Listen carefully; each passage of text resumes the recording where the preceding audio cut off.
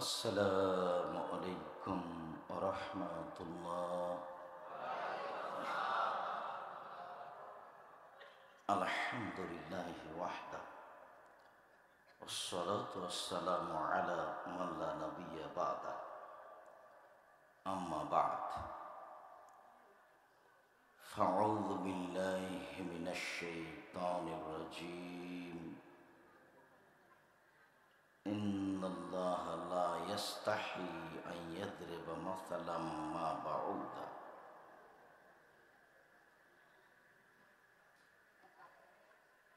عن أبي هريرة رضي الله تعالى عنه قال قال رسول الله صلى الله عليه وسلم الإيمان بضع وسبعون شعبة فأفضلها قول لا إله إلا الله وأدناها إماطة الأذى عن الطريق والأحل من الإيمان. رواه البخاري ومسلم.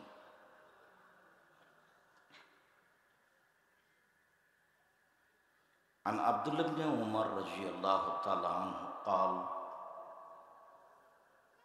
قال رسول الله صلى الله عليه وسلم الحي والعي شعبتان من الإيمان والبذاء والبيان شعبتان من النفاق. رواه مسلم.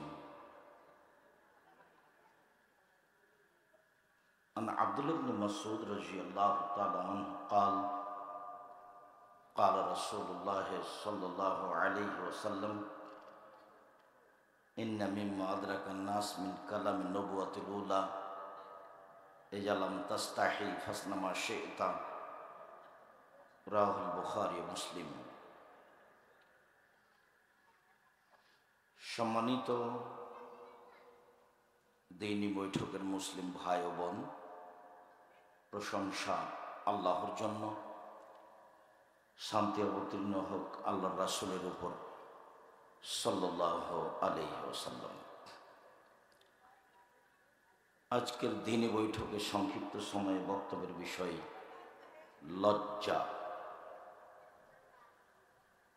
লজ্জা স্মরণ নিয়ে এক গুরুত্বপূর্ণ সংক্ষিপ্ত তথ্যবহুল বিবরণের চেষ্টা করব ইনশাআল্লাহুল আজিজ। সম্মানিত দিনী ভাই বোন, ইসলামী শরীয়তে লজ্জা একটি গুরুত্বপূর্ণ বিষয়। বিনিময় জান্নাত, যা রাসূল সাল্লাল্লাহু আলাইহি সাল্লাম বলেন। লজ্জাবোধ আল্লাহ তাআলার রয়েছে।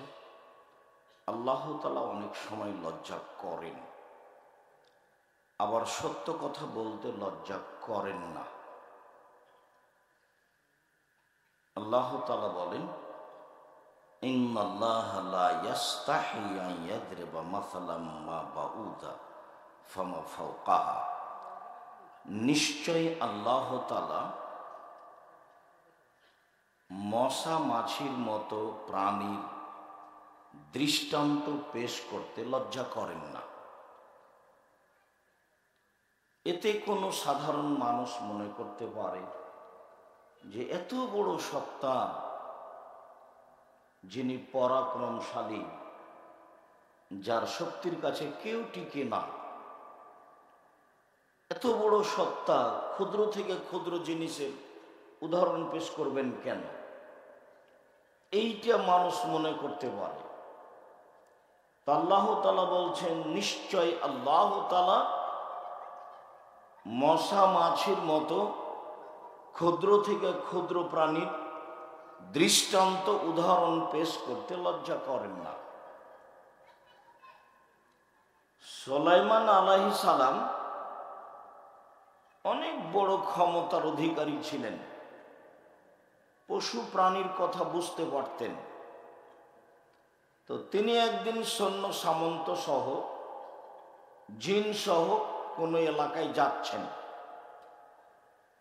তো অনেক দূর থেকেই পিপিলিকার নেতা পিপিলিকারাকে বলল যে তোমরা তোমাদের বাসায় লুকিয়ে যাও।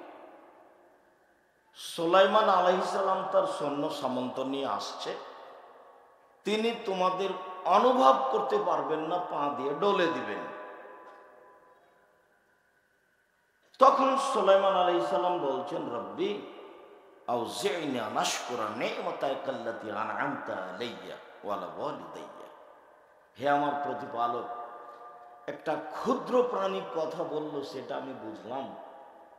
তুমি আমার প্রতি এত অনুগ্রহ করেছ, তুমি আমাকে সক্ষম করো আমি যেন তুমি আমার উপরে যে অনুগ্রহ করেছ আর আমার বাপ দাউদের প্রতি যে অনুগ্রহ করেছ, আমি যেন তো শুকরিয়া আদায় করতে পারি।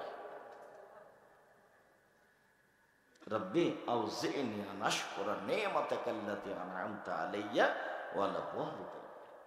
আমার উপরে এবং আমার বাপের উপরে যে তুমি অনুগ্রহ করেছ, এই অনুগ্রহের জন্য শুকরিয়া আদায় করতে পারি, এ ব্যাপারে তুমি আমাকে সক্ষম করো।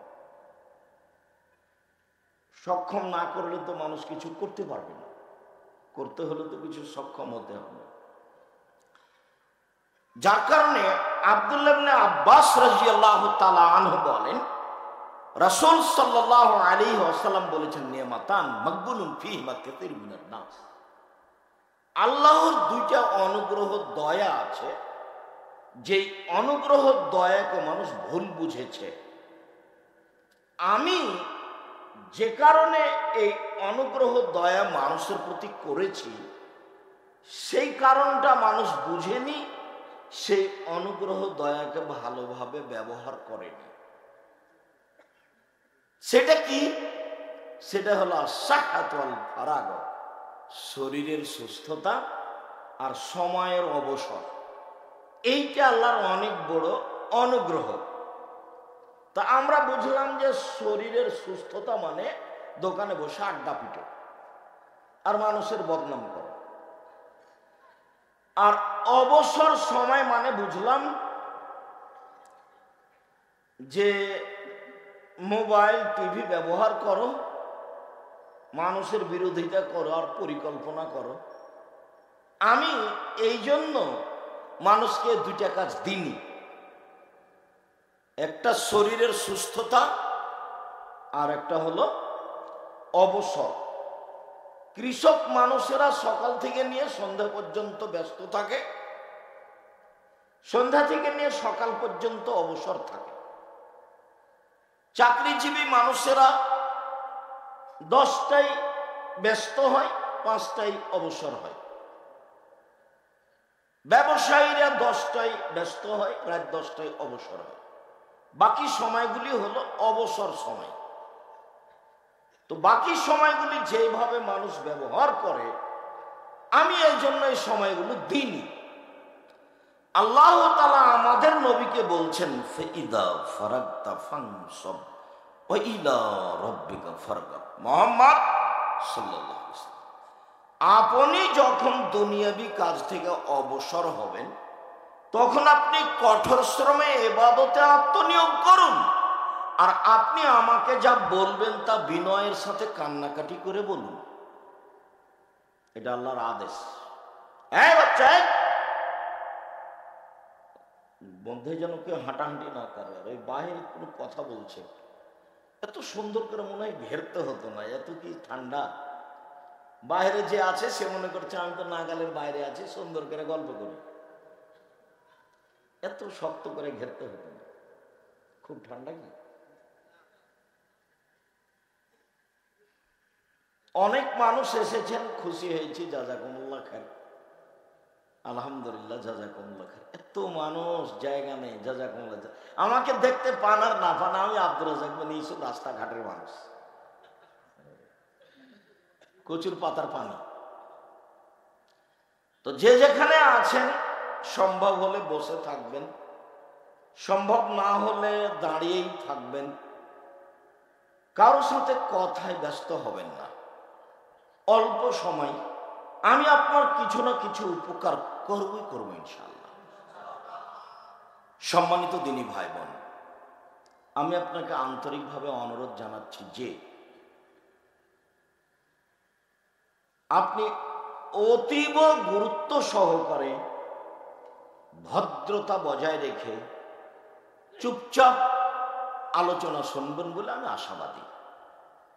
আপনি আমার দিনী ভাই, আপনি আমার দিনী বোন। আমি আপনাকে কোনো সময় দূরে মনে করিনি, এটাই আমার অনুমান। একটা সাধারণ মানুষ আমি। ছোট থেকে ছোট, ক্ষুদ্র থেকে ক্ষুদ্র প্রাণী, এমন প্রাণীর উদাহরণ পেশ করতে আল্লাহ লজ্জা করেন না। পিপিলিকা নেতা হিসাবে সব পিপিলিকাকে বলছে, সুলাইমান সৈন্য সামন্ত নিয়ে আসছেন, তোমাদের অনুভব করতে পারবে না, তোমাদের ডলে দিবে, তোমরা তোমাদের বাসায় লুকিয়ে যাও। তো অনেক দূর থেকেই সুলাইমান আলাইহিস সালাম এটা শুনতে পেয়েছে। শুনতে পেয়ে বলছেন, প্রতিপালক, এত বড় অনুগ্রহ তুমি আমার উপরে করেছো, কোথায় একটা ক্ষুদ্র প্রাণী কথা বললো, সে কথা আমি বুঝলাম।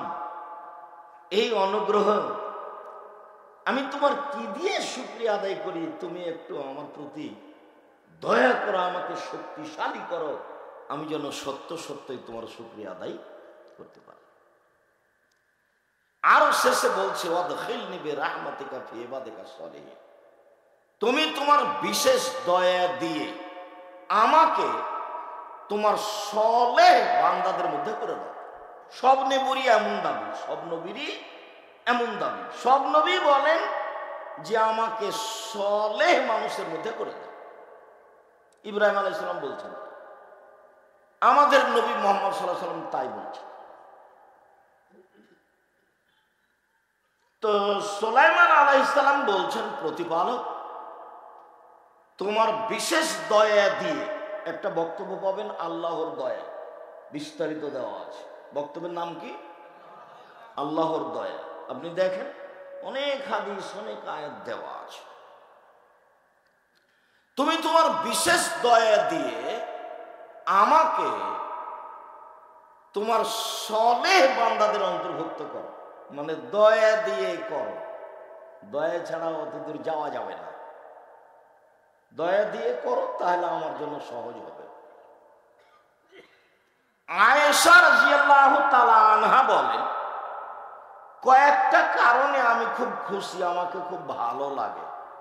কি? আমার থুথু রাসূলের থুথুর সাথে মিলে গেছে মরণের সময়, এই জন্য আমাকে ভালো লাগে। তার মরণের সময় তিনি আমার কোলে ছিলেন, এই জন্য আমাকে ভালো লাগে। আমার যেদিন ধারাবাহিকতায় বাড়ি ছিল, আমার বাড়িতে সেদিন তিনি মারা গেছেন, এই জন্য আমাকে ভালো লাগে।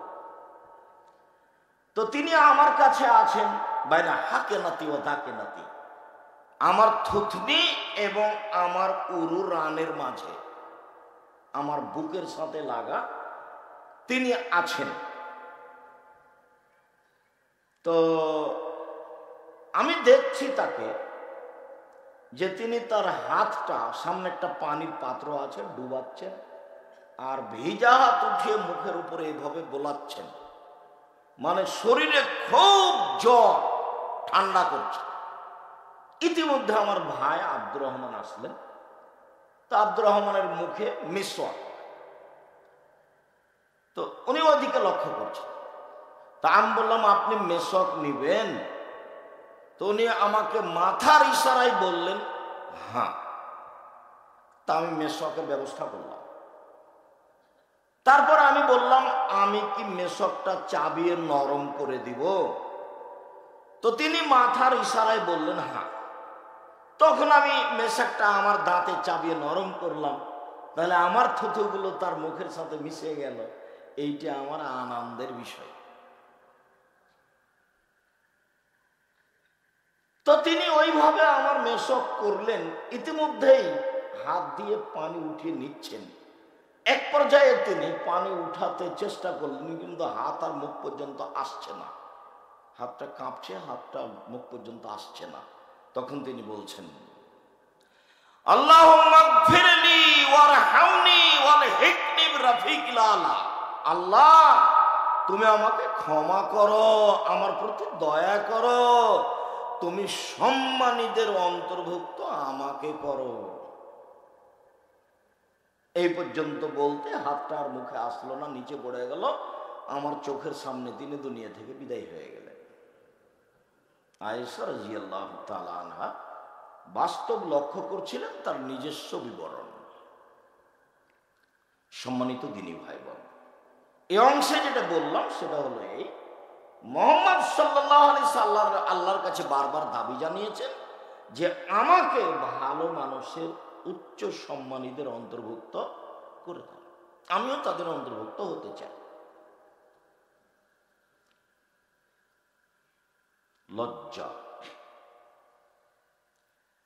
আল্লাহ তাআলা বলেন যে কাফের মুশরিক শয়তানদের ষড়যন্ত্র মাকড়সার ঘরের মতো, সবচেয়ে দুর্বল। মাকড়সার ঘর দেখেছেন?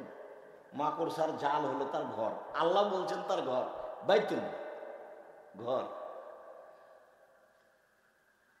মুশরিক কাফের শয়তানদের ষড়যন্ত্র কার মতো দুর্বল? মাকড়সার ঘরের মতো। এই কথা আল্লাহ বলছে। তার মানে ক্ষুদ্র থেকে ক্ষুদ্র প্রাণীর ব্যাপারে কোনো কথা বলতে আল্লাহ লজ্জাবোধ করেন না।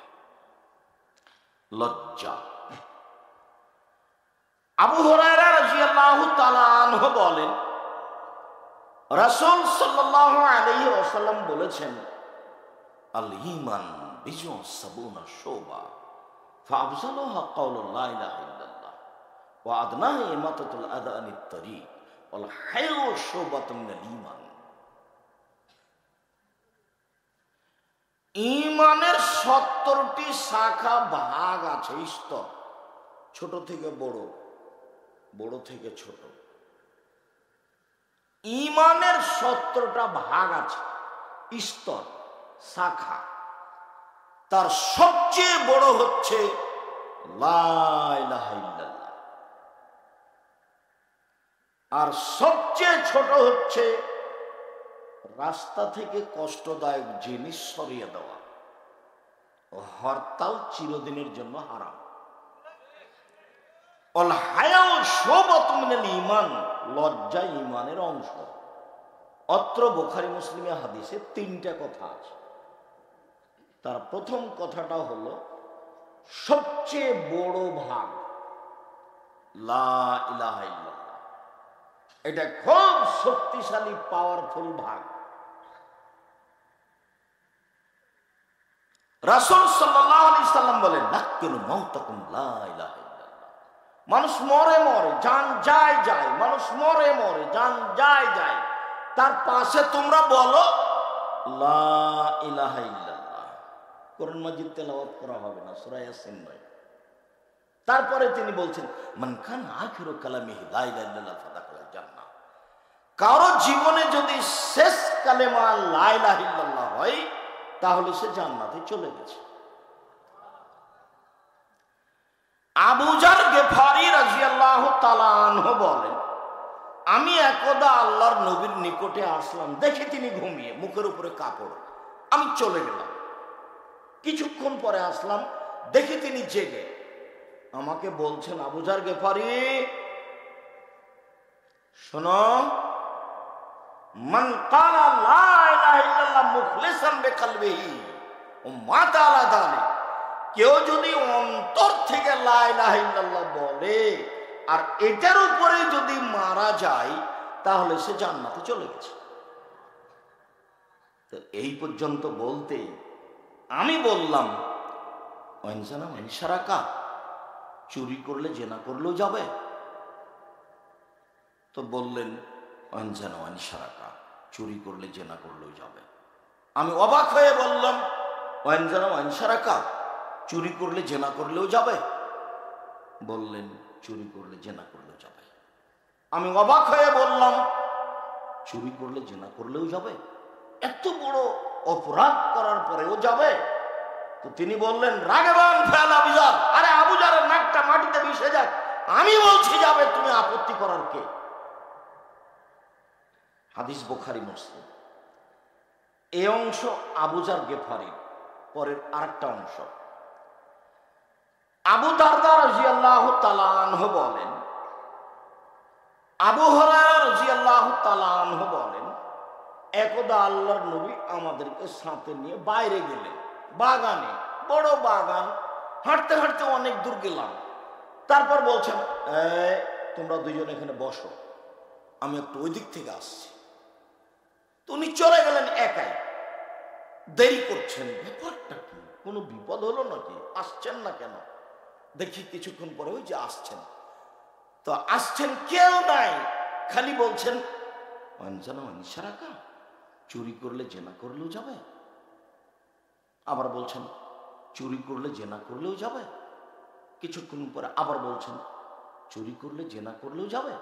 কাউকে দেখতে পেলেন, ব্যাপারটা কি? এবার কাছে চলে আসলেন। তা আমরা বললাম, আল্লাহ রাসূল, আপনি এইভাবে চলে গেলে আমরা খুব ভয় পাচ্ছিলাম, কি যে হয়, কোনো শত্রু ক্ষতি করে নাকি? আর আপনি কার সাথে কথা বলছেন আল্লাহ রাসূল? কাউকে তো দেখতে পাচ্ছি না। না, কেউ তো নাই, কার সাথে কথা বলছেন, ব্যাপারটা কি? আপনি কার সাথে কথা বলছিলেন আল্লাহ নবী? তখন আল্লাহ রাসূল বলছেন, আরে শোনো, জিবরাইল আমাকে বলছে যে ব্যক্তি লা ইলাহা ইল্লাল্লাহ বলবে সে জান্নাতে চলে যাবে। তখন আমি জিবরাইলকে বললাম, জেনা করলে চুরি করলেও যাবে? তো জিবরাইল বলছে জেনা করলে চুরি করলেও যাবে। আমি তখন বললাম যে জেনা করলে চুরি করলেও যাবে।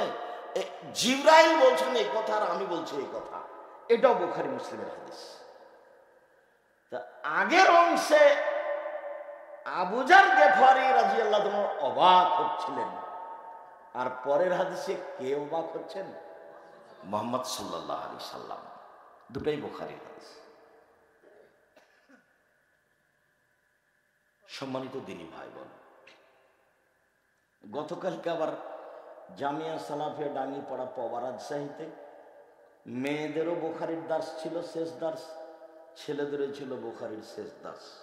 সম্মানিত দিনী ভাই বোন, আমার মনে বড় সাধ, আমি এই দেশের মাটিতে উন্নত মানের প্রতিষ্ঠান গড়বই গড়ব ইনশাআল্লাহ, যেখানে ছেলে মেয়ে বাংলা, ইংরেজি, আরবি উন্নত মানের শিক্ষা অর্জন করে জাতির অন্যায়ের বিরুদ্ধে লড়বে, মুখে কলমে মিডিয়ায় লড়বে ইনশাআল্লাহ। আমার হাতে টাকা নেই, এই কথাও সত্য। এই দেশের মাটিতে উন্নত মানের প্রতিষ্ঠান গড়ব ইনশাআল্লাহ, এই কথাও সত্য। দেশের সর্ববৃহৎ সর্বোচ্চ প্রতিষ্ঠান জামিয়া সালাফিয়া, শিরক মুক্ত প্রতিষ্ঠান জামিয়া সালাফিয়া, বিদআত মুক্ত প্রতিষ্ঠান জামিয়া সালাফিয়া, দল মুক্ত প্রতিষ্ঠান জামিয়া সালাফিয়া, সংগঠন মুক্ত প্রতিষ্ঠান জামিয়া সালাফিয়া, হিংসা মুক্ত প্রতিষ্ঠান জামিয়া সালাফিয়া, দেশের সর্ববৃহৎ সর্বোচ্চ প্রতিষ্ঠান জামিয়া সালাফিয়া, যেখানে 5000 ছেলে মেয়ে পড়াশোনা করে। এখন 300 জন শিক্ষক শিক্ষিকা রয়েছে যাদের প্রতি মাসে 32 লক্ষ টাকা বেতন লাগে। আপনার কাছে যেটা আমি দাবি রেখেছি সেটা দোয়া, একটু দোয়া করবেন। সংকীর্ণতা দেখে কোনো লাভ নেই। সংকীর্ণতা দেখালে খাটো হবেন আপনি আল্লাহর কাছে। আমি তো আর বুঝতে পারবো না আপনার খাটোই কি আর না খাটোই কি। খাটো আপনি হলেও জামিয়া সালাফিয়া গড়বে ইনশাল্লাহ, না হলেও গড়বেই ইনশাল্লাহ। আমার দৃঢ়তা কাজ করে। এদেশের মাটিতে সর্ববৃহৎ প্রতিষ্ঠান জামিয়া সালাফিয়া, যেখানে ছেলে মেয়ে বাংলা, ইংরেজি, আরবি উন্নত মানের শিক্ষা অর্জন করে জাতির অন্যায়ের বিরুদ্ধে লড়বে, মুখে কলমে মিডিয়ে। আপনি জামিয়া সালাফিয়া ডাঙ্গিপাড়ার বিশাল মসজিদে ঢুকে বাম দিক থেকে এখানে হাঁটতে থাকেন, 3য় 4র্থ শ্রেণীর ছেলেরা দেওয়ালিকা লিখে রেখেছে, পুরো দেওয়াল ভর্তি বাংলা, ইংরেজি, আরবি, উর্দুতে লিখে রেখেছে। 3য় 4র্থ শ্রেণীর ছেলেরা, যারা উপরে আছে তারা কিশলয় বের করে, যারা মৌলানা সাহেব তারা আলিতে সম্পত্রিকা বের করে। আর আমি তো রাস্তাঘাটের ফকির চলমান মানুষ, আমি আর কি করবো? আমি হলাম ফাও। চাঁপাইনবাবগঞ্জের ভাষাতে বলে, ছোট ছেলেপিলে গেছে লোকটার কাছে জিনিস কিনতে, যে লোকটা জিলাপি বিক্রি করছে, তখন জিলাপি ½ কেজি নিয়েছে, তো চাঁপাইনবাবগঞ্জের ভাষাতে বলছে একটু ফাও দাও না জি। তখনও এখন ভাঙা জিলাপি ছিল একটু, তখন ওটা দিয়েছে, তো এটা হলো ফাও। অতি খুশি হয়ে চলে গেছে। আমি ফাও, আমি আপনাদের জামিয়া সালাফিয়ার সাথে আছি মাত্র। সম্মানিত দিনী ভাই বোন, লজ্জা, ইমানের সবচেয়ে বড় শাখা হলো লা ইলাহা ইল্লাল্লাহ। সবচেয়ে ছোট শাখা হলো কষ্টদায়ক জিনিস রাস্তা থেকে সরিয়ে দেওয়া। হরতাল চিরদিনের জন্য হারাম। মনে রাখতে হবে, বাড়িঘর ভেঙে একটা কাজ করা যায়, সেটা হলো রাস্তা। যেখানে রাস্তা নিয়ে গন্ডগোল হবে সেখানে রাস্তা ডবল হবে, এটাই শরীয়তের হিসাব। রাস্তার ব্যাপারে রাসূল সাল্লাল্লাহু আলাইহি ওয়াসাল্লাম কোনোদিন আপোষ করেননি। সাহাবীগণ বলেছিলেন, আমাদের বসার কোনো জায়গা নেই, আমরা রাস্তায় বসতে চাই। আল্লাহ রাসূল বলেন, না, কোন তারিকা, রাস্তায় বসা হবে না। কোনো পথই নেই দু একটা কথা বলার জন্য রাস্তায় বসা লাগবে। ও নিরুপায় হয়ে যদি বসাই লাগে, তাহলে কয়েকটা কাজ করতে হবে। এক, চক্ষু নিচু করতে হবে। দুই, মানুষকে পথ দেখাতে হবে। তিন, ভালো কথা বলতে হবে। চার, মন্দ থেকে নিষেধ করতে হবে। অনেকগুলো দায় দায়িত্ব যদি পালন করতে পারো তাহলে রাস্তায় বসতে পারো, তবে রাস্তায় বসা নিষেধ। রাস্তার সঙ্গে রাসূল সাল্লাল্লাহু আলাইহি ওয়াসাল্লামের কোনো আপোষ নেই। সবচেয়ে যেটা জরুরি কথা, সবচেয়ে বড় হলো, সবচেয়ে ছোট হলো, কথা শেষ। কেন তিনি আল্লাহর নবী বললেন ওয়ালা হায়ু শুবাতুম মিনাল ঈমান, লজ্জাই হচ্ছে ঈমানের শাখা। লজ্জা দিয়ে ঈমান টিকে, লজ্জাই সবকিছু। কেন তিনি বললেন লজ্জা হলো ঈমানের শাখা? সবচেয়ে বড় হলো, সবচেয়ে ছোট হলো, কথা শেষ হলো। লজ্জা কেন আল্লাহ রাসূল নিয়ে আসলেন? এইবার লজ্জা কেন নিয়ে আসলেন দেখেন। আব্দুল্লাহ ইবনে ওমর রাদিয়াল্লাহু তাআলা আনহু বলেন, রাসূল সাল্লাল্লাহু আলাইহি ওয়াসাল্লাম বলেছেন, আল হায়াউল ঈমান করে না জামিয়ান, লজ্জা এবং ঈমানকে একসাথে এভাবে জমা রাখা আছে। লজ্জা এবং ঈমান একসাথে লেগে আছে। এই যে রফে আহাদমা রফেল আখারো, একটা উঠে গেলে অপরটা চলে যায়। লজ্জা চলে গেলে ঈমান চলে যায়। লজ্জা নেই যার, ঈমান নেই তার। ঈমান নেই যার, লজ্জা নেই তার। লজ্জা এবং ঈমান একসাথে লেগে আছে। একটা উঠে গেলে আরেকটা চলে যাবে।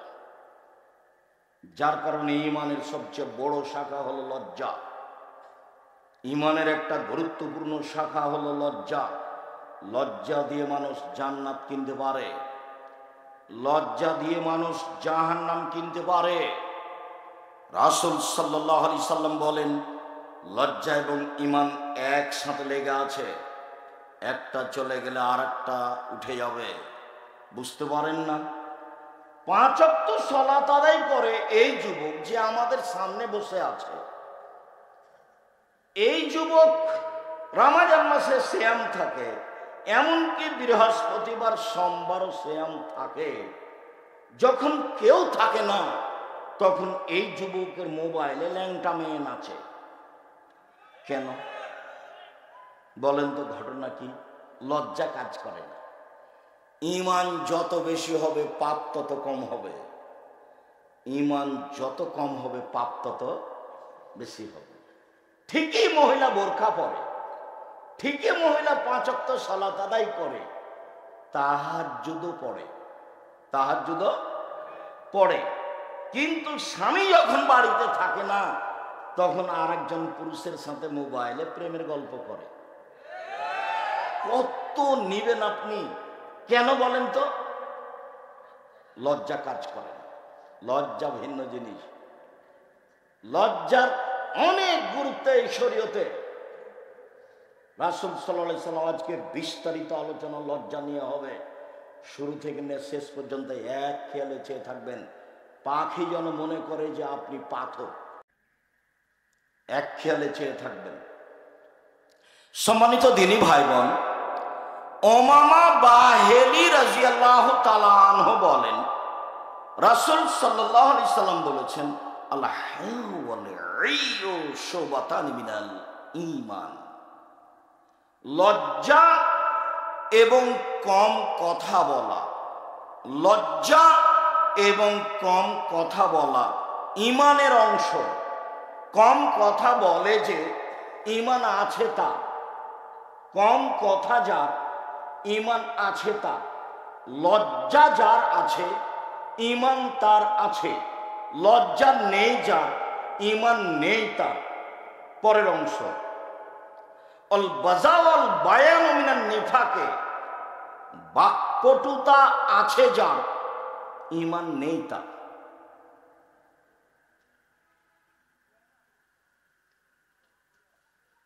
দুশ্চরিত্র আছে যার ঈমান নেই তার। দুশ্চরিত্রের অধিকারী যে বেঈমান সে, বাকপটু যে বেঈমান সে, তার নাম বাচাল। সে কোনোদিন হকের উপরে টিকতে পারবে না। বেশি কথা বললে সব কথা ঠিক থাকবে না। যার কারণে রাসূল সাল্লাল্লাহু আলাইহি ওয়াসাল্লাম বলেছেন বাঁচার তিনটা পথ।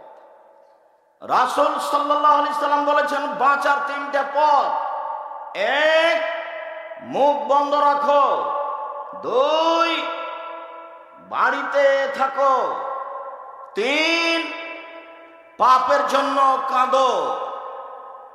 আবু মুসা আশআরী রাদিয়াল্লাহু তাআলা আনহু বলেন, রাসূল সাল্লাল্লাহু আলাইহি সাল্লাম বললেন, কাইফা বিকুম ওয়া বিজামানিন, তোমাদের কি হবে, যুগের কি হবে, তোমাদের কি হবে, যুগের কি হবে, তোমাদের কি হবে, যুগের কি হবে। এদা উক্তিতুম ফি হুসালাত মিনান নাস, যেদিন তোমরা থাকবে আগাছার মাঝে, সবাই হবে বেঈমান অমানুষ, সেদিন তোমাদের কি হবে, যুগের কি হবে। সেদিন আমানতদারি উঠে যাবে, সেদিন তোমাদের কি হবে, যুগের কি হবে। সেদিন মতবিরোধ এইভাবে বাড়বে। এবার আঙ্গুলের মধ্যে আঙ্গুল দেখাচ্ছেন, আঙ্গুলগুলি যেমন আঙ্গুলের মধ্যে ঢুকে গেল, মানুষ মানুষের বিরোধিতায় তেমন চলবে, কেউ কারো কথা মানবে না। মসজিদে মারামারি, মাদ্রাসায় মারামারি, রাস্তাঘাটে মারামারি, কেউ কাউকে গ্রহণ করবে না, কেউ কাউকে মানবে না। তখন তোমাদের কি হবে, যুগের কি হবে, তোমাদের কি হবে, যুগের কি হবে। বলেন কি করতে হবে, আপনি বলেন। তখন আল্লাহ রাসূল বললেন, মুখ বন্ধ রেখো। দুই, বাড়িতে থেকো। তিন, ভালোটা বলিও, মন্দটা ছেড়ে দিও। তখন সাহাবী বলছেন, আল্লাহর নবী, আপনার কথা বুঝেছি, ঠিক আছে বাড়িতেই থাকলাম, তো প্রতিপক্ষ যদি আমাকে বাড়িতে এসে মেরে যায় তাহলে আমি কি করব? কঠিন কথা নয়। তখন আল্লাহ রাসূল বললেন যে ওই সময়ে আদমের দুই ছেলের ভালোটার মতো হয়ে। কাবিল বলল, হে হাবিল, তোকে আমি হত্যা করব। তা হাবিল বলল, তুমি মারো মারো, আমি তোমাকে মারবো না। কাবিল কি বলল? হাবিল, তোকে আমি হত্যা করব। হাবিল কি বলল?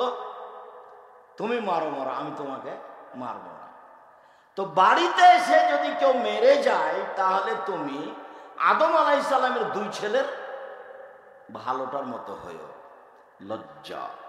সম্মানিত দ্বীনী ভাই বোন, রাসূল সাল্লাল্লাহু আলাইহি সাল্লাম বলেন, লজ্জা এবং কম কথা বলা ঈমানের লক্ষণ। বেশি কথা বলা, অশ্লীল কথা বলা মুনাফিকের লক্ষণ। তার ভিতরে মুনাফিকি রয়েছে, এই কথা রাসূল সাল্লাল্লাহু আলাইহি সাল্লাম বলেন। এই ছেলে,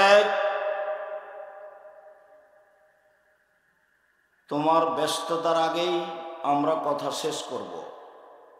তোমার একটু কষ্ট হলেও তুমি পরিবেশ নষ্ট করো না। তুমি দয়া করে আমাকে প্রয়োজন দেখায় না। আমি আপনার জন্যই এসেছি, আমার এর পিছনে তেমন কোনো স্বার্থ নেই। আমি নির্বাচন করি না যে আপনার সাথে আমি নির্বাচনের কথা বলতে এসেছি। খুব ভদ্রতা বজায় রেখে অল্প কিছু সময় চুপচাপ থাকেন। লজ্জা। আব্দুল্লাহ ইবনে তালহা রাদিয়াল্লাহু তাআলা আনহু বলেন, রাসূল সাল্লাল্লাহু আলাইহি সাল্লাম বলেছেন, লিকুল্লি দীনিন খুলুকান ও খুলুকুল ইসলাম আল হায়া। প্রত্যেকটা ধর্মের একটা নীতি আছে, প্রত্যেকটা ধর্মের একটা শিষ্টাচার আছে, প্রত্যেকটা ধর্মের একটা বৈশিষ্ট্য আছে। হিন্দু ধর্মে মেয়েরা বিবাহ হলে কপালে কি দেয়? সিঁদুর দেয়। হাতে কি লাগায়? শাখা লাগায়। ওর একটা নীতি আছে। অখলকল ইসলামের হায়াও, আর ইসলামের নীতি হলো লজ্জা। ইসলামের শিষ্টাচার হলো লজ্জা। ইসলামের বৈশিষ্ট্য হলো লজ্জা। লজ্জা আছে যার সে তো মুসলিম, লজ্জা নেই যার সে তো মুসলিম নয়। লজ্জা আছে যার সে তো মুসলিম। লজ্জা দিয়েই একজন পুরুষ নারী মুসলিম হয়, এই কথা রাসূল সাল্লাল্লাহু আলাইহি সাল্লাম বলেন। সম্মানিত দিনী ভাই বোন, ইমরান ইবনে হুসাইন রাদিয়াল্লাহু তাআলা আনহু বলেন, রাসূল সাল্লাল্লাহু আলাইহি সাল্লাম বলেছেন, আল হায়াউ লা ইয়াতি ইল্লা বিখাইরিন, লজ্জা শুধু কল্যাণকে ডেকে নিয়ে আসে। লজ্জা মানেই কল্যাণ, হায়া মানেই কল্যাণ। লজ্জা মানুষকে কল্যাণের দিকে টেনে নিয়ে আসে। ইমরান ইবনে হুসাইন রাদিয়াল্লাহু তাআলা আনহু বলেন, রাসূল সাল্লাল্লাহু আলাইহি সাল্লাম বলেছেন, আল হায়াউ খায়রুন কুল্লুহু, লজ্জা সবটুকুই কল্যাণ। লজ্জা কি জিনিস সেটা পরে, সবাই বুঝে লজ্জা কাকে বলে। যাও না আব্দুর ইসলামের সাথে একটু কথা বলো, আমি শরম পাচ্ছি, আমি আসলে ওনার সাথে কোনোদিন কথা বলিনি তো একটু ভয় ভয় হয়। এই যে লজ্জা, মেয়েটা কারোর সাথে কথা বলতে পারে না, ওর মা বলছে খুব লজ্জা করে, দুলাভাই কত ডাকে তবু যায় না, লজ্জা করে। মেয়েটা লজ্জা করে, তাহলে মাও লজ্জা বুঝে।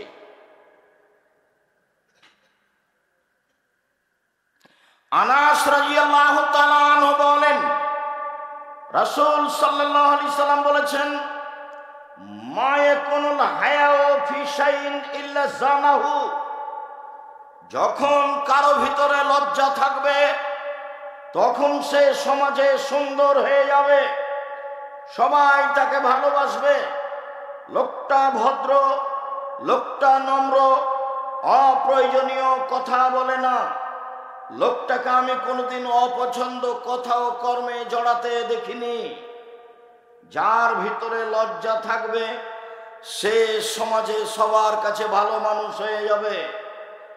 অমা কানাল ফহসু ফি শাইইন ইল্লা শানাহু, যার ভিতরে থাকবে অশ্লীলতা, যার ভিতরে থাকবে না লজ্জা, সে সমাজে দোষণীয় হয়ে যাবে, সবাই তাকে খারাপ বাসবে। ছাড়ো তো ওর কথা, ওর মুখই খারাপ, ছাড়ো তো, দেখি খালি দুনিয়ার বদনাম করে। ও খালি দোকানে বসলে হয়। চারটা অনুরোধ আছে: 1, 5 ওয়াক্ত সালাত, 2, হালাল রুজি, 3, কোরআন তেলাওয়াত, 4, দুইজন যেখানে বসে আছে সেখানে বসতে হবে না। যে কোনো মূল্যেই কথা বাস্তবায়ন করার চেষ্টা করতে হবে। চিরদিনের জন্য আড্ডা পিটা বন্ধ করতে হবে। বাপ মা হিসাবে জিম্মেদারি পালন করতে হবে। একরাহুল কালামা বাদাল ইশায়ে, একরাহুল নওমা কাবল ইশায়ে। এশার সালাতের পূর্বে ঘুমিয়ে যাওয়াকে আল্লাহর নবী ঘৃণা করতেন। এশার সালাতের পরে কথা বলাকে আল্লাহর নবী ঘৃণা করতেন। ওইটা মা নয়, যেই মা ছেলের জন্য ভাত সাজিয়ে রেখেছে, 12টা 1টার সময় আসবে, আড্ডা পিটে তখন খাবে, এটা মা নয়। এ হলো তার সৎ মা, এ হলো আর সৎ মা। যেই ছেলে মেয়েকে কন্ট্রোল করতে পারে না, ও মূলত বাপ নয়, ও হলো সৎ বাপ, ও হলো চাচা। রাসূল সাল্লাল্লাহু আলাইহি সাল্লাম বললেন, মান ওয়ালাদাহু ওয়ালাদুন ফালিহিসান ইসমাহু আদাবাহু, কারো ছেলে মেয়ে যদি জন্ম নেয় সুন্দর একটা নাম রাখতে হবে, সুন্দর শিষ্টাচার দিতে হবে। নামটা হলো লিটন, আর রাত 11টায় বাড়িতে আসে, তখনও বাপ এ কথা মিথ্যে, ও চাচা। জন্ম দিতে পারলে বাপ হওয়া যায় না, ক্ষমতার নাম বাপ, সব করাতে পারলেই মা হওয়া যায় না। নীতির নাম মা। মা হলে চারটা জিনিস লাগে জরুরি ভাবে। মা হলে চারটা জিনিস লাগে জরুরি ভাবে। জাবের রাদিয়াল্লাহু তাআলা আনহু বলেন, আমরা একদা যুদ্ধ করে বাড়ি আসছিলাম, মদিনায় ঢুকবো। আল্লাহর নবী বললেন, থামো থামো, এখানে রাতে থাকো, সকালে আমরা বাড়িতে যাব।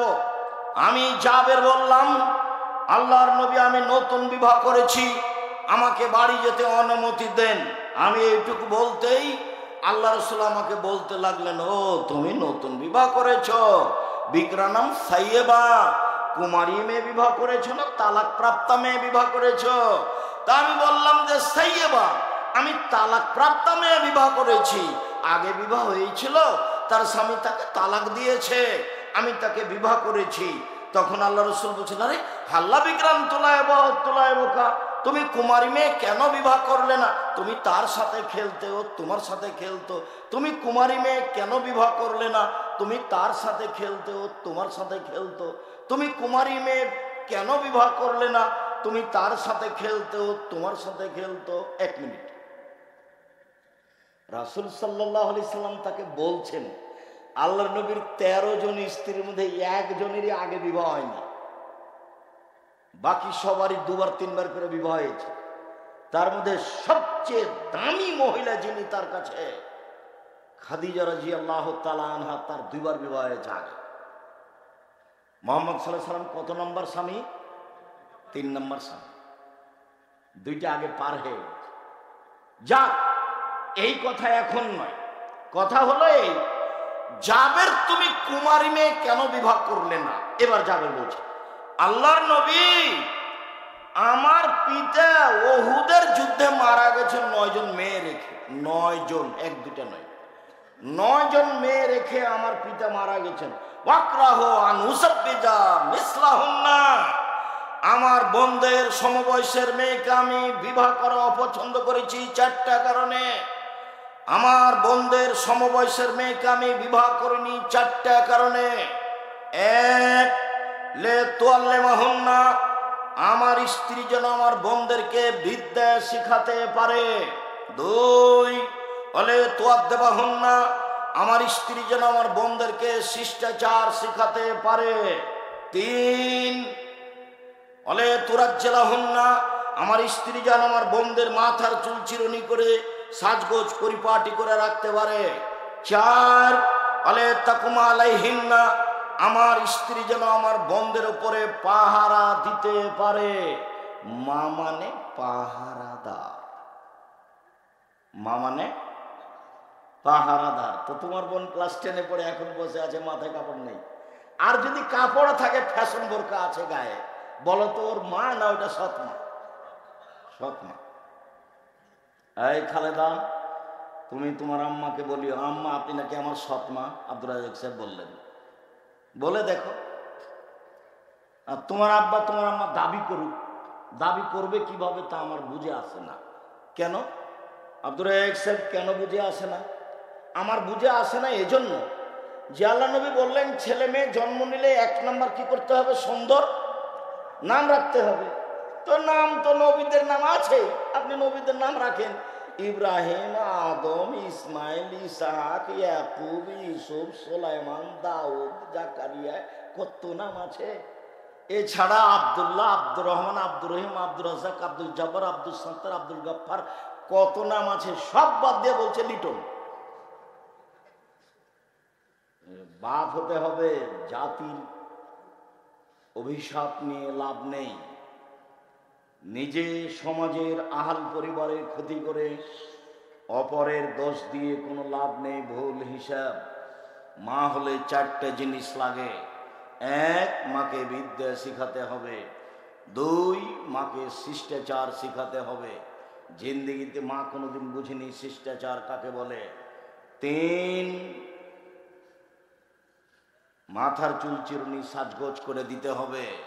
4, ছেলে মেয়েকে পাহারা দিতে হবে। জাবের কেন কম বয়সের মেয়েকে বিবাহ করেননি, এই বিবরণ জাবের কার সামনে দিলেন? মুহাম্মদ সাল্লাল্লাহু আলাইহি ওয়াসাল্লাম সামনে বললেন, জাবের ঠিক করেছ। এবার হাদিস বুখারী মুসলিম, লজ্জা।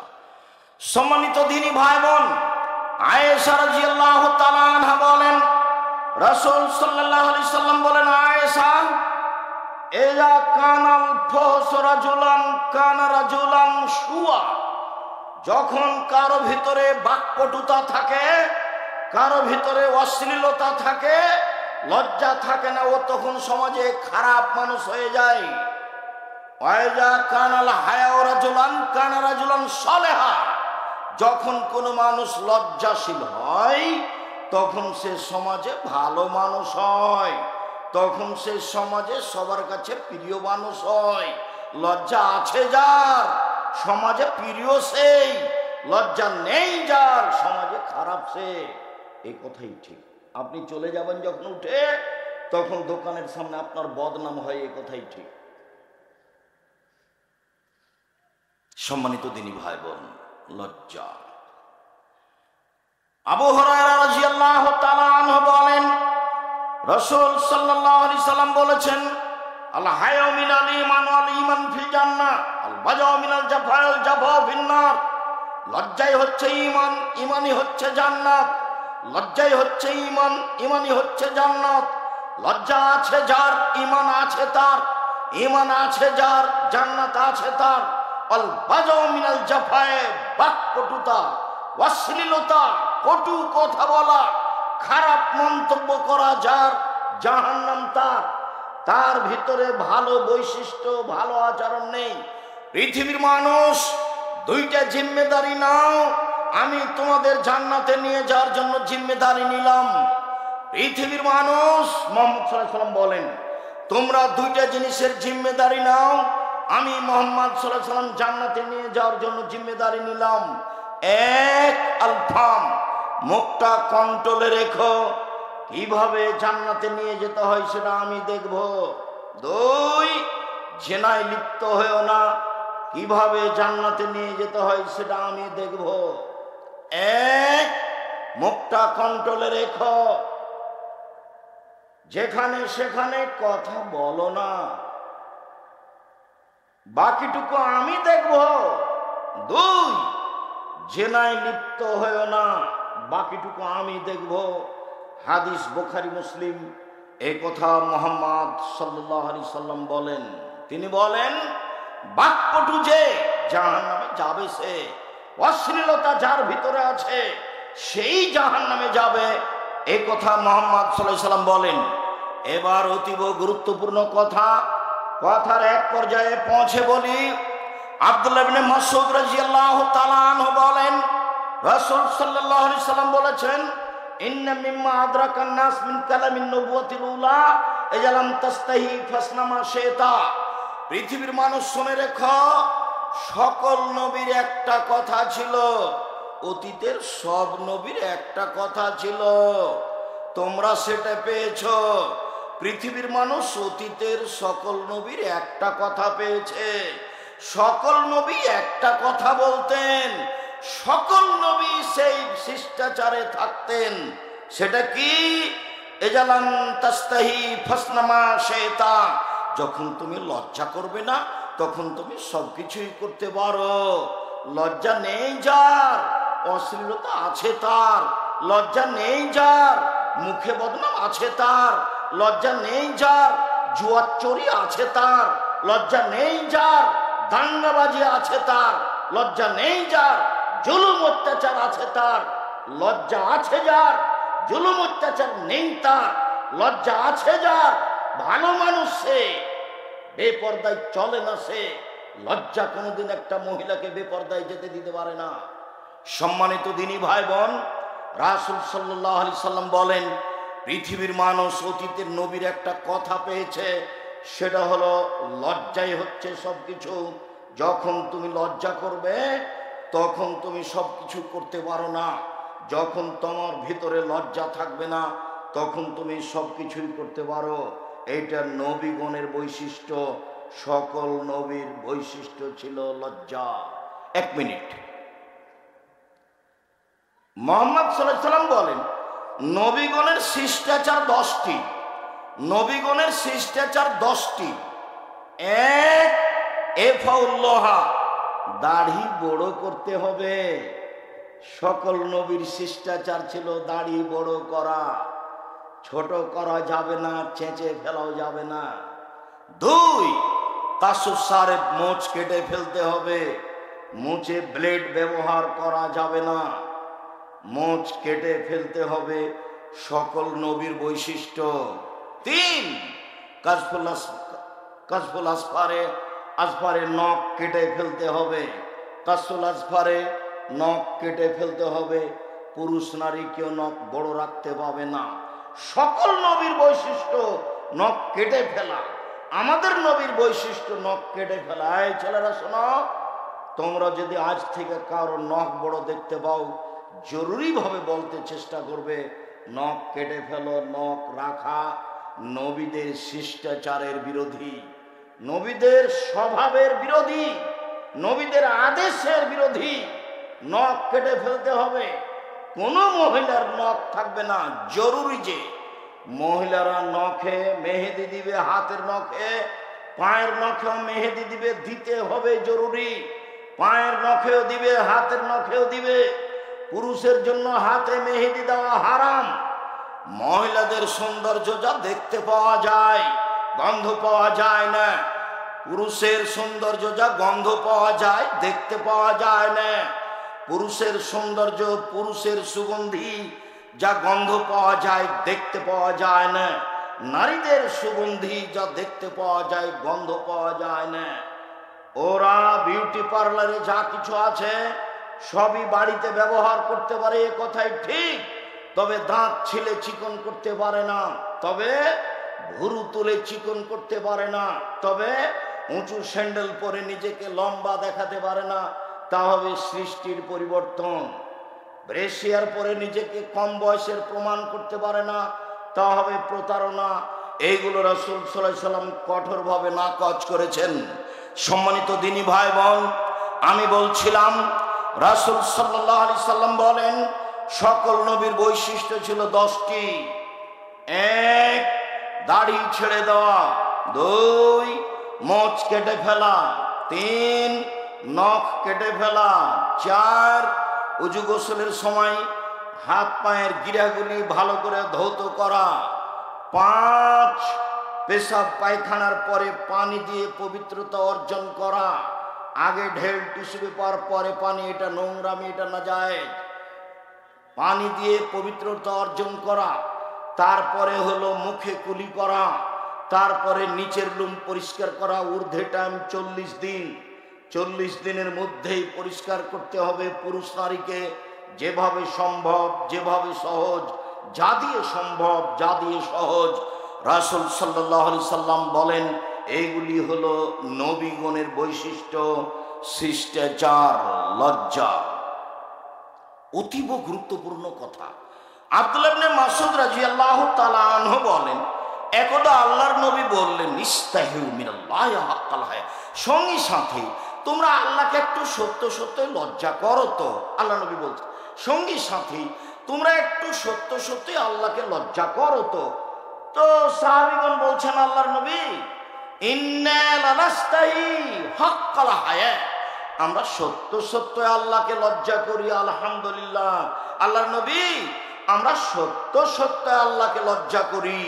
তখন আল্লাহ রাসূল বলছেন লাইসা যালিক, না না না না না, এটা নয়, এটা নয়, তোমরা যেটা বুঝেছো সেটা নয়। সত্য সত্য লজ্জা করে কে? তাহফাজ রাসাকা ওয়া মাওয়া, মাথাকে হেফাজতে রাখবে, মাথার সাথে যা কিছু আছে তাকে হেফাজতে রাখবে, তখন তুমি আল্লাহকে সত্য সত্যই লজ্জা করবে। শোনো, মাথাকে, কানকে, চোখকে হেফাজত করে যে, সেই সত্য সত্য লজ্জাশীল। 1 মিনিট। আইনানে তাজনেনে জেনা হমন নাজর, 2 চোখের জেনা হচ্ছে চোখ দিয়ে দেখা। অলওজনানে জেনা হমল ইস্তেমা, 2 কানের জেনা হচ্ছে কান দিয়ে শোনা। ওয়ালিয়াদ জেনা হাল বাদশ, হাতের জেনা হচ্ছে হাত দিয়ে ধরা। আর রিজল জেনা হাল মাসি, পায়ের জেনা হচ্ছে এই পথে পা দিয়ে চলা। জেনাল কালব তাতামানা তাস্তাহি, অন্তরের জেনা হচ্ছে পরিকল্পনা করা, জেনার লেসান উৎক, জিভ আর জেনা হচ্ছে কথা বলা। এইগুলো সব জেনা।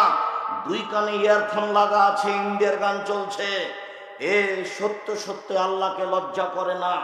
দিন রাত মোবাইলে ল্যাংটা মেয়ে দেখছে, এ সত্য সত্য আল্লাহকে লজ্জা করে না।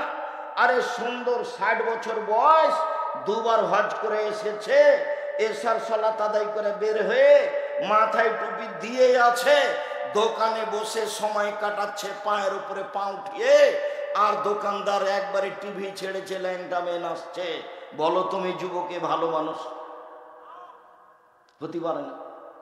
এবার 70 বছরের লোকটার কথা বলি, বয়স 70-75, তাহাজ্জুদ পড়ে নিয়মিত, রাতে উঠে কোরআন মাজিদ পড়ে, রাতে উঠে আকাশের দিক থেকে লক্ষ্য করে কোরআন মাজিদ পড়েছে, তাহাজ্জুদ পড়বে, সুন্দর করে ওযু করে এসেছে, বিশাল টিভি বাসাতে আছে।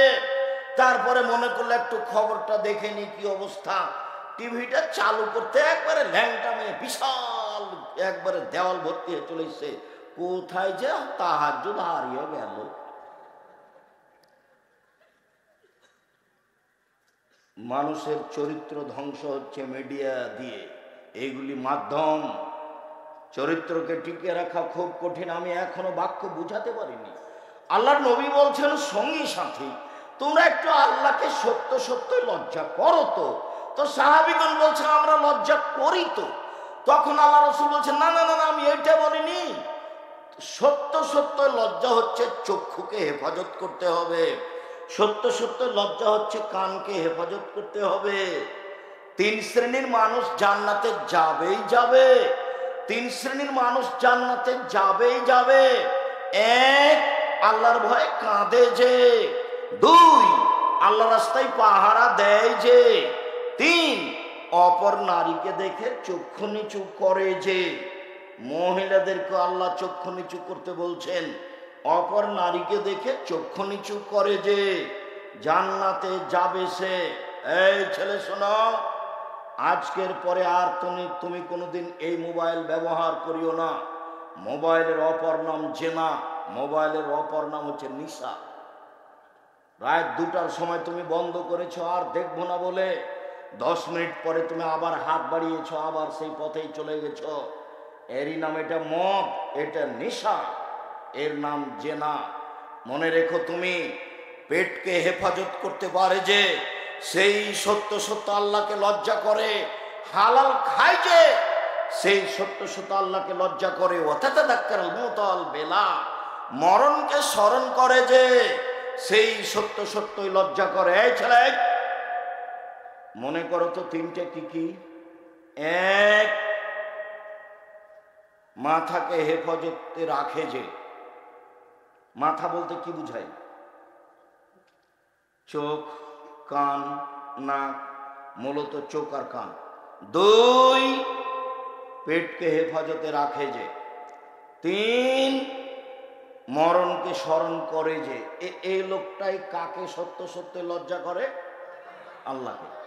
কিন্তু সাহাবীগণ এমনিতেই বলেছিলেন যে আমরা আল্লাহকে সত্য সত্যই লজ্জা করি, তখন আল্লাহ রাসূল এটা না করলেন।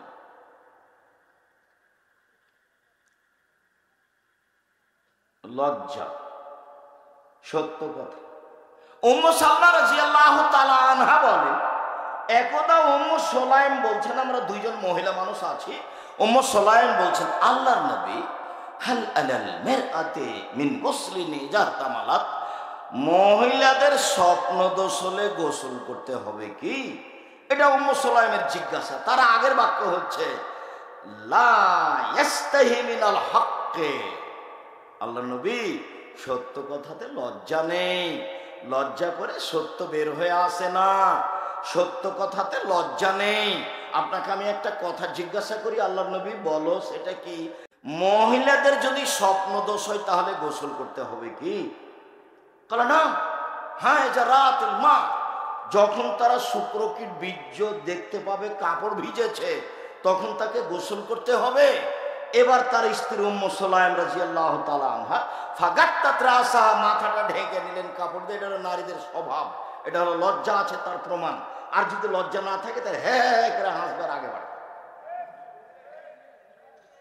তার হলো বেলজ্জার বেশরমার প্রমাণ। আর যদি লজ্জা থাকে তাহলে কাপড় মাথায় দিয়ে কি করবে? পিছে হটবে, মাথা ঢাকবে। এটা হলো জন্মগত স্বভাব, লজ্জার প্রমাণ। আর লজ্জা নেই যে সে তো তোমার সামনে দাঁড়িয়ে কত গল্প করছে, তার কোনো হিসাব নাই।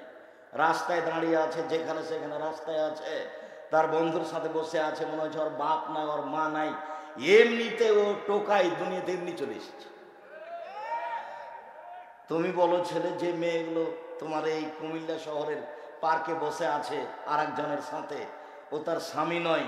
আরে স্বামী হলেও তো এখানে বসে থাকা ঠিক হবে না। তো একটা লজ্জার ব্যাপার আছে না? যেখানে পশু প্রাণী বসে থাকে সেখানে তুমি থাকো কি করে? ও সত্যই পশু প্রাণী।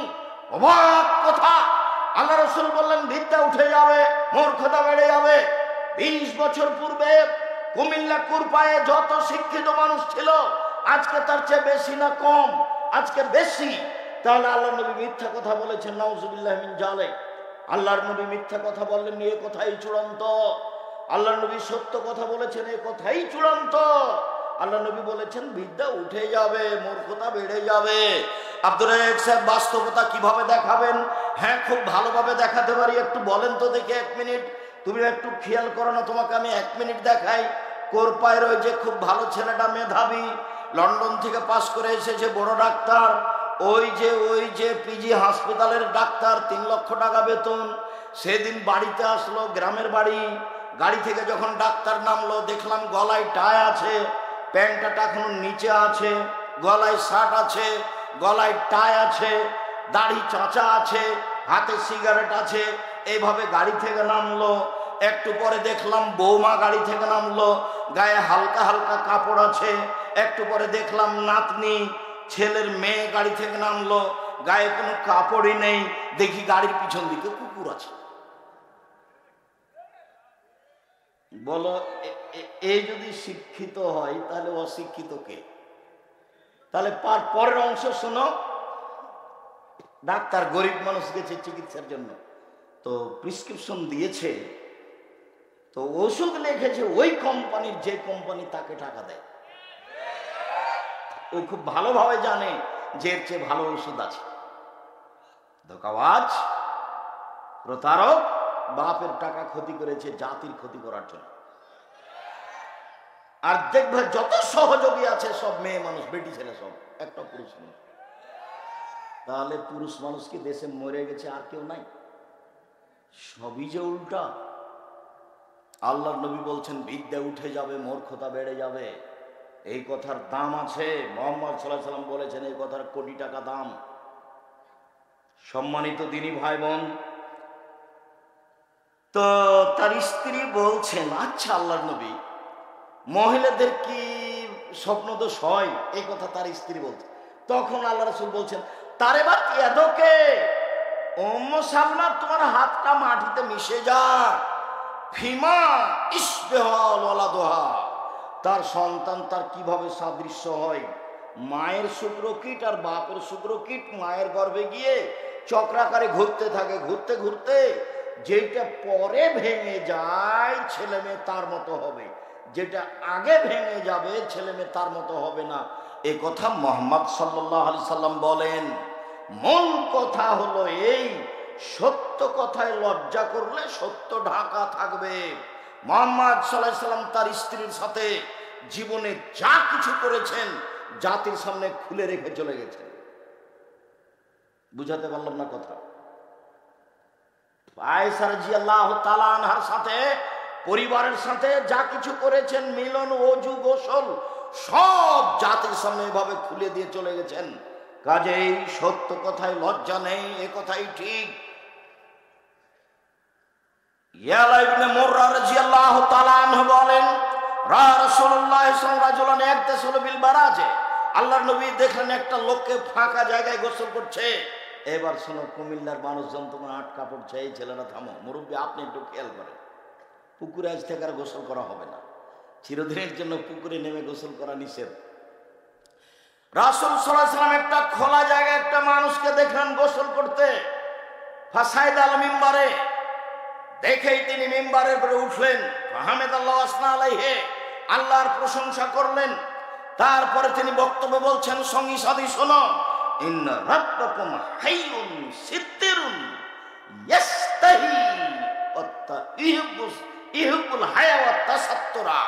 তোমাদের প্রতিপালক বড় লজ্জাশীল, তোমাদের প্রতিপালক বড় পর্দাশীল, তোমাদের প্রতিপালক বড় লজ্জাশীল, তোমাদের প্রতিপালক বড় পর্দাশীল, তোমাদের প্রতিপালক লজ্জাকে ভালোবাসে, তোমাদের প্রতিপালক পর্দাকে ভালোবাসে।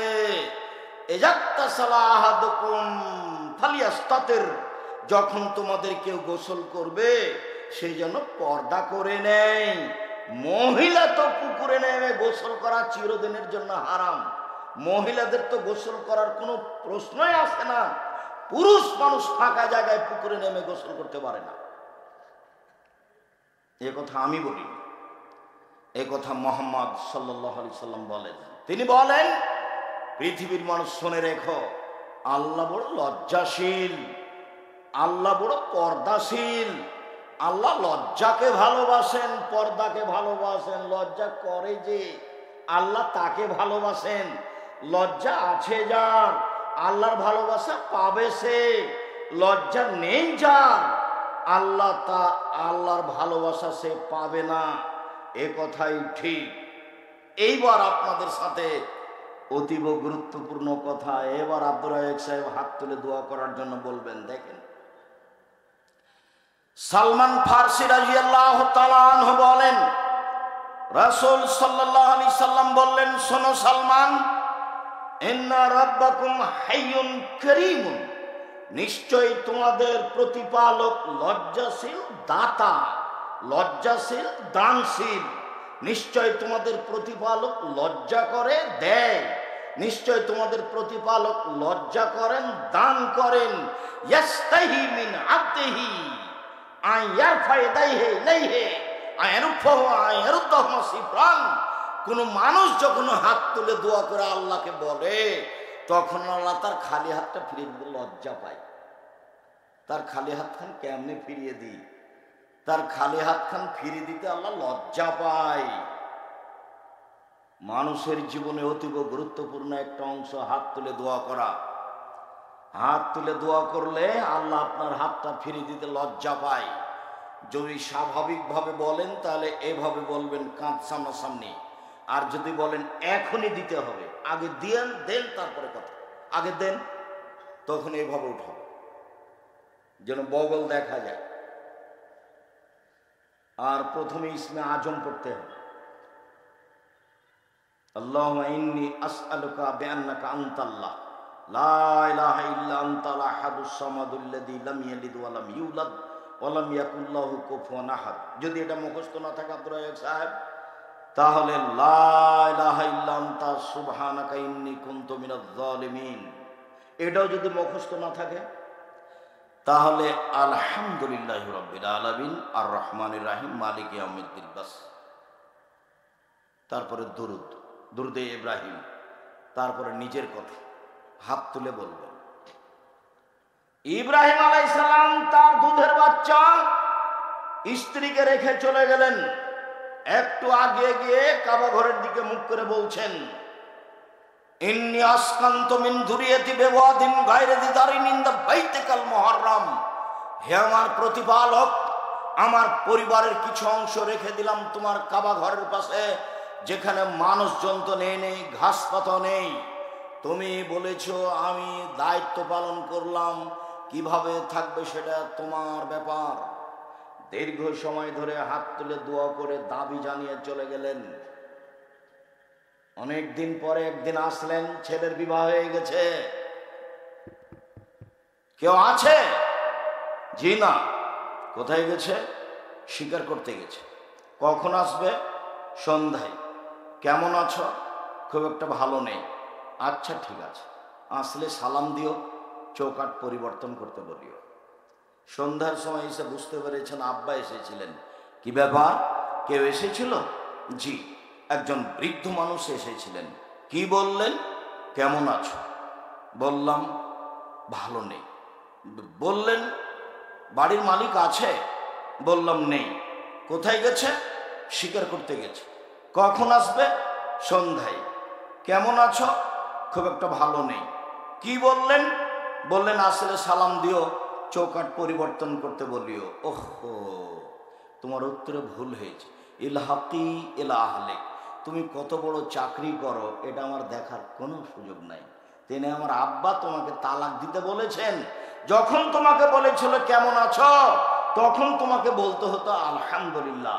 যেহেতু তোমার উত্তর ঠিক হয়নি, কাজেই তোমার রূপ চেহারা আমার আর কোনো কাজে আসবে না। 4 শ্রেণীর মানুষ জান্নাতে যাবে না। 1, বাপ মাকে মানে না যে। 2, জুয়া খেলে যে। 3, খোটা দেয় যে। 4, নিয়মিত বিড়ি তামাক জর্দা সিগারেট গুল নেশাদার দ্রব্য খায় পান করে যে, এরা জান্নাতে যাবে না। সম্মানিত দিনী ভাই বোন, বলছিলাম অনেক দিন পরে। কে বাড়িতে আছে? জি না। কোথায় গেছে? শিকার করতে গেছে। কখন আসবে? সন্ধ্যায়। কেমন আছো? আলহামদুলিল্লাহ। আচ্ছা, কি খাও? এই যে বাক্য বাড়ল। কি খাও? গোস্ত আর পানি। বারাকাল্লাহু ফিল আহমে কওমাইকে, তোমাদের গোস্তে তোমাদের পানিতে আল্লাহ বরকত দান করুক। ঠিক আছে, আসলে সালাম দিও, চৌকাঠ বহাল রাখতে বলিও। চলে গেলেন। বহু পথ হেঁটে এসেছিলেন। বাড়িতে আসতে বুঝতে বলেন আব্বা এসেছিলেন। ঘটনা কি কেউ এসেছিল? হ্যাঁ, একজন বৃদ্ধ মানুষ এসেছিলেন। কি বললেন? বললেন বাড়িতে আছে। আমি বললাম নেই। কোথায় গেছে? শিকার করতে গেছে। কখন আসবে? সন্ধ্যায়। কেমন আছো? আমি বলেছি আলহামদুলিল্লাহ। কি বললেন? বললেন কি খাও? আমি বললাম গোস্ত আর পানি। কি বললেন? আল্লাহ তোমাদের গোস্ত আর পানিতে বরকত দান করুক। তারপর বললেন আসলে সালাম দিও আর চৌকাঠ বহাল রাখতে বলিও। মা যা বলছে তাই করতে হবে, পরামর্শ দেওয়া যায় সেটা ভিন্ন কথা। একদিন তুমি ছিলে তোমার মায়ের কোলে, এখন তোমার মা তোমার কোলে। পেশাব করাবা তুমি, পায়খানা করাবা তুমি, কাপড় খেঁচে দিবে তুমি, কাপড় বদলিয়ে দিবে তুমি, কাঁধে করে ডাক্তারখানা নিয়ে যাবা তুমি, সব কিছু করবা তুমি। একটু যদি খালি মুখের 19-20 করো, বইয়ের পাল্লায় পড়ে, তাহলে টিকতে পারবা না। জান্নাত কিনা খুব কঠিন হয়ে যাবে। মা যা বলছে সবই উল্টা। মা একটা কথাও ঠিক বলে না, একেবারে বলছে তোমার স্ত্রীকে বের হ, এখনই বের হ, এখনই বের হ। তখন তুমি এসে বলে হ্যাঁ তুমি আমার মাকে দেখোনি? তোমার মা আমাকে অকথ্য ভাষায় গালি দেয় আর 1000 বার বাড়ি থেকে বের করে দেয়। তোমার মাকে আমি দেখবো, তুমি দেখো না। আপনার মা বাড়ি থেকে বের করে দিচ্ছে, এ কথাই ঠিক। 1000 বার গালি দিচ্ছে, এ কথাই ঠিক। আপনি আগামীকালকে পরীক্ষা করে দেখছেন, বড় একটা মাছ কিনবেন। মাছ কিনে আপনার মাকে রান্না করতে বলবেন। তারপর আপনার ছেলে খেতে বসবে আর আপনার বোনের ছেলে খেতে বসবে। দেখবেন বড় মাছটা আপনার বোনের ছেলেকে দিচ্ছে। সবই উল্টা, একেবারেই ঠিক, একেবারে উল্টা, এ কথাই ঠিক। তারপরে তুমি মুখ খুলতে পারবে না। মুখ খোলাই নিষেধ। ওই যে ঘরে মা আছে ওই ঘরে জোরে হেঁটে যাওয়া নিষেধ। ওর একটু এভাবে হাত উঁচু করে কথা বলা নিষেধ। এভাবে একটা শব্দ করা নিষেধ। অবাক দৃশ্যের মানুষ। ও পায়ের নিচে জান্নাতে, কথাই ঠিক। সব হাদিসে এগুলো নাই, সব ঠিক। সম্মানিত দিনী ভাই বোন, বলছিলাম রাসূল সাল্লাল্লাহু আলাইহি সাল্লাম আয়েশা রাদিয়াল্লাহু তাআলা বলেন আল্লাহর নবী আমার পাশে এসে শুইলেন ধীরে ধীরে। তারপর তিনি মনে করলেন যে আমি ঘুমিয়ে গেছি। আসলে আমি ঘুমাইনি, তো আমি ভান করে ঘুমিয়ে আছি। বুদ্ধিমতী মহিলা ভান করে ঘুমিয়ে আছে। একটু পরে উঠে জুতা স্যান্ডেল কাপড় চোপড় নিলেন, ধীরে দরজাটা খুললেন, চলে গেলেন কবরস্থানে, হাত তুলে দোয়া করছেন। আমিও উঠলাম গভীর রাতে, মাথায় কাপড় চোপড় দিয়ে নিলাম। দেখি কোথায় যায়, কোথায় যায়, ওই যে হাত তুলে দোয়া করছে। 1 বার 2 বার 3 বার হাত তুলে দোয়া করলেন। তারপর ঘুরে হাঁটলেন, আমিও হাঁটলাম, জোরে হাঁটলেন, আমিও জোরে দৌড়ালেন, আমিও জোরে দৌড়ালছি। আমি বিছানে চলে এসেছি। আল্লাহ রাসূল বললেন এসে, কি ব্যাপার, তোমার মোটা শ্বাস কেন? আমি তো এখন মিথ্যা কথা বলে জিবরাইল আপনাকে বলে দিবে। আসলে আপনাকে আমি পরীক্ষা করছিলাম, আপনি যান কোথায়। সম্মানিত দিনী বোন, আমি আপনাদের জন্য আজকের আলোচনার শেষ অংশে এসে অতীব গুরুত্বপূর্ণ কথা একটা দেখাচ্ছি। আপনি আমার দিনী বোন, অবশ্যই আপনি কথা মূল্যায়ন করবেন। এই ছেলেরা, তোমরা খুব সতর্ক হও। আমার দিনী ভাই যারা আছেন তারা কথাটা খুব শক্তভাবে মূল্যায়ন করবেন। আয়েশা রাদিয়াল্লাহু তাআলা আনহা বলেন, আমার ঘরে হলো আমার স্বামীর কবর। তখন আমি কবরের পাশে এমনিতেই যাই, মাথায় কাপড় দেওয়া না দেওয়া আমি অত ভাবি না। কয়দিন পরে আমার স্বামীর কবরের পাশে হলো আমার বাপের কবর। আমি অত চিন্তা করি না, এমনিতেই যাই। কেন? এটা আমার স্বামীর কবর, এটা আমার বাপের কবর। কয়দিন পরে সেখানে হলো উমারের কবর। আমি আয়েশা উমারকে লজ্জা করি, কবরকে লজ্জা করি, আর আমি স্বাভাবিকভাবে যাই না, মাথায় কাপড় দিয়ে নিজেকে গুটিয়ে নিয়ে যায়। উপস্থিত বৈঠকের দিনই মুসলিম বোন, এদিকে দেখেন আয়েশা রাদিয়াল্লাহু তাআলা আনহা কবরকে লজ্জা করে। একজন বেগানা পুরুষের কবরকে লজ্জা করে। উমার কি দেখতে পাচ্ছেন তাকে? জি না। একজন বেগানা পুরুষের কবরকে লজ্জা করে না আয়েশা রাদিয়াল্লাহু আনহা। সম্মানিত দিনী বোন, ফ্যাশন বোরকা আজ থেকে না পরার জন্য আন্তরিকভাবে অনুরোধ জানাচ্ছি। সারা পৃথিবীর বাঙালি যারা সামনে বসে আছেন, মিডিয়ায় আছেন, অনলাইনে আছেন, সময়ের গতিতে আমাদের এই বক্তব্য অবগত হবেন। সকল দিনী ভাই বোনকে আজকের আলোচনার শেষ অংশে এসে আন্তরিকভাবে জোরালো অনুরোধ জানাচ্ছি যে অবশ্যই লজ্জাকে গ্রহণ করুন, জান্নাত হবে ইনশাআল্লাহ। দোকানে বসে আড্ডা পিটা বন্ধ করুন, জান্নাত হবে ইনশাআল্লাহ। মানুষের বদনাম করা, মোবাইলে ল্যাংটা মেয়ে দেখা, আর এইভাবে টিভি দেখা, এইগুলো বন্ধ করুন, জান্নাত হবে ইনশাআল্লাহ। লজ্জাই হচ্ছে ঈমান, ঈমানই হচ্ছে জান্নাত, আর ঈমান দিয়ে জান্নাত কিনা যায়, এ কথাই ঠিক। অতএব উপস্থিত যারা আছেন, যারা মিডিয়াতে আছেন, যারা সময়ের গতিতে মিডিয়া থেকে অবগত হবেন, সকল দিনী ভাই বোনকে আমি আন্তরিকভাবে লজ্জা করার জন্য অনুরোধ জানাচ্ছি।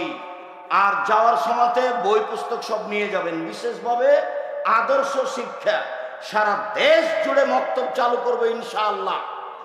জামিয়া সালাফের একটা বড় শাখা মক্তব চালু করা সারা দেশ জুড়ে। ইতিমধ্যে প্রায় 250-300 মক্তব চালু হয়েছে। সব মক্তবে একটা বই পাওয়া যাবে, সেটা হচ্ছে আপনার কায়দা, আর একটা হলো আদর্শ শিক্ষা। এছাড়া আজকের আলোচনা আছে উপদেশ বইয়ে।